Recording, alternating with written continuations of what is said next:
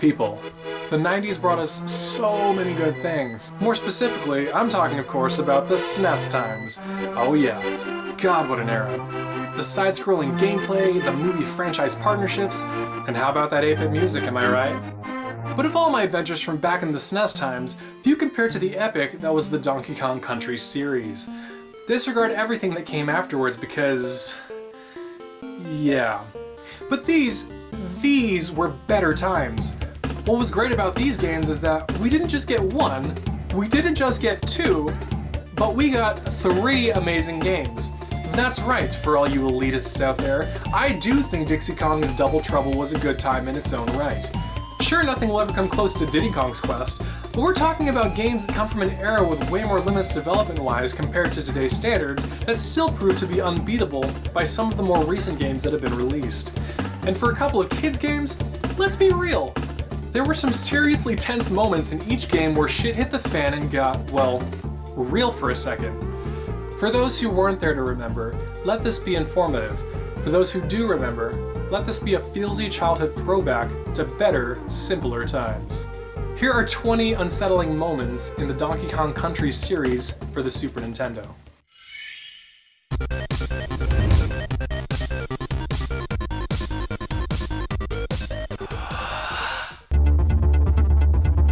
In the forests of Donkey Kong Country 3, it wasn't the enormous tennis ball shooting spider that had me reeling, it was this level, where any sort of lollygagging, bad decision in navigation, or a careless slip with gravity was met with instant, saw-bladey death.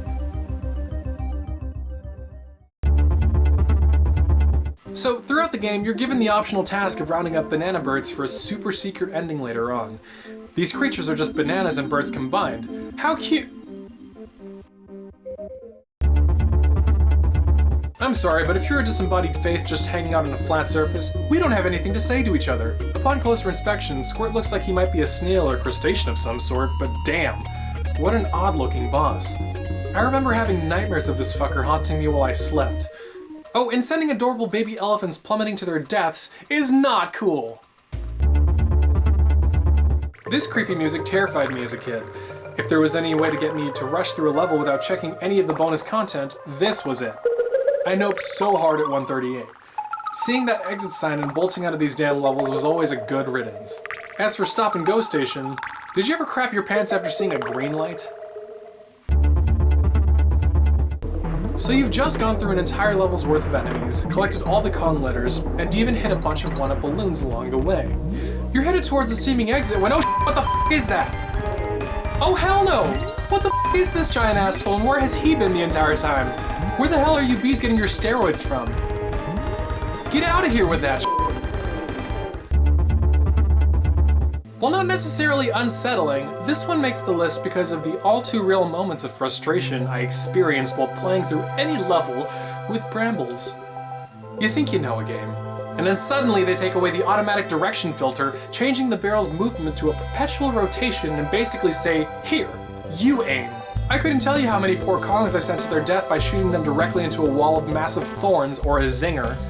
The only thing that made these levels tolerable was that they had the best song in all 3 games.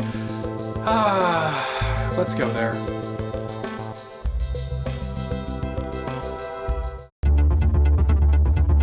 Every gamer hits a wall with a game now and again. It's usually a set of levels that are just so challenging that you get stuck living in that area. And just for the sake of doing something else, you end up playing all of the content up to that point over and over again. That was Fear Factory for 4-year-old me. Blackout Basement? No light? Are you f***ing me? But damn if that ain't a catchy soundtrack though.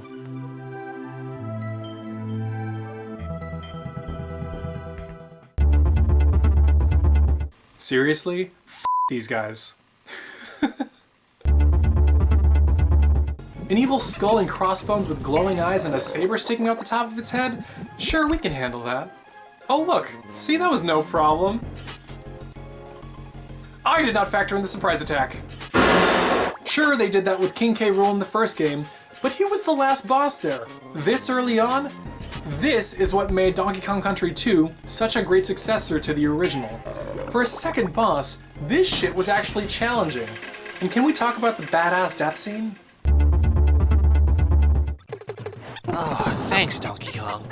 Man, I thought I was gonna starve in there. Let's look at our awesome horde of bananas. You'll have to play a game.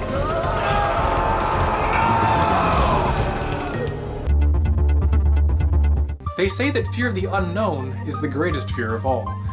While you can still somewhat see in this level, damn if it isn't a bitch to get around without cutting yourself on mossy, no doubt disease-polluted Carl! Or run straight into an enemy NPC. Crow, the first boss of Donkey Kong Country 2, is sacrificing his own young in the fight as he uses his eggs to attack you, and it's these very same eggs that you must use as ammo against him. The later boss fight with Creepy Crow implies the ghost birds are the souls of the ones that died as eggs in the first fight.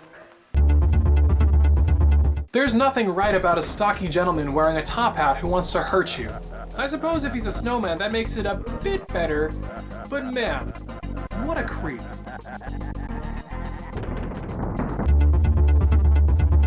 The game over screens. No, God! No! God, please, no! No! No! No! Okay, so these levels admittedly were kinda cool. Donkey Kong Country 2 featured the truly terrifying Haunted Hall level, a minecart race. There was just something so intriguingly creepy about a giant haunted library. The fact that there was a roller coaster speed element took away from the creepiness factor of this level and actually made it more enjoyable for me at a younger age. However, the idea of having a constant death counter puts that all too familiar pressure on. This time, you're running from Cackle, the ghost crocodile from hell, who laughs when he catches you. Not to mention the panicking music and the time limit. In the last segment, the plus and minus barrels are often nestled together, which makes it very easy for the average player to miss time and hit minus barrels by mistake, cleaving your time limit and allowing Cackle to edge closer and even closer to you. Oh, and if these guys weren't scary, take a gander at the monster that was originally supposed to chase you. Meet Mr. X. All that's known about him is that he was the one who should haunt you down at Haunted Hill instead of Cackle. Maybe he's not any more horrifying considering he's not withered to a skeleton, but he's right up there. The game over screen in the second game is deliberately ambiguous depending on your interpretation of the fade to red. It either represents the young Kongs being simply screwed, or implies that their prison is actually an oven.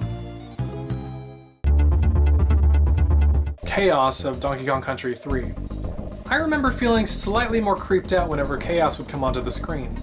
For reasons still unknown, I hypothesized that this might have been an early introduction to the concept of the Uncanny Valley, hitting me at an early age.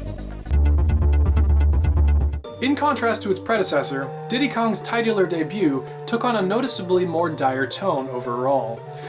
You ascend a giant tower perched atop a gator-shaped island brimming with bad guys who want to kill you.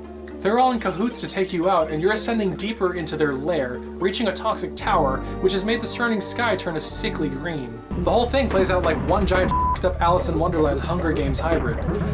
Pretty much all of DKC 2 was much darker and edgier than the original.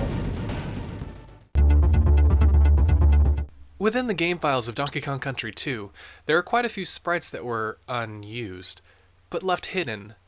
Most notably, these two sprites of Diddy and Dixie, who seem to be mourning something. Their purpose is unknown. They're just there.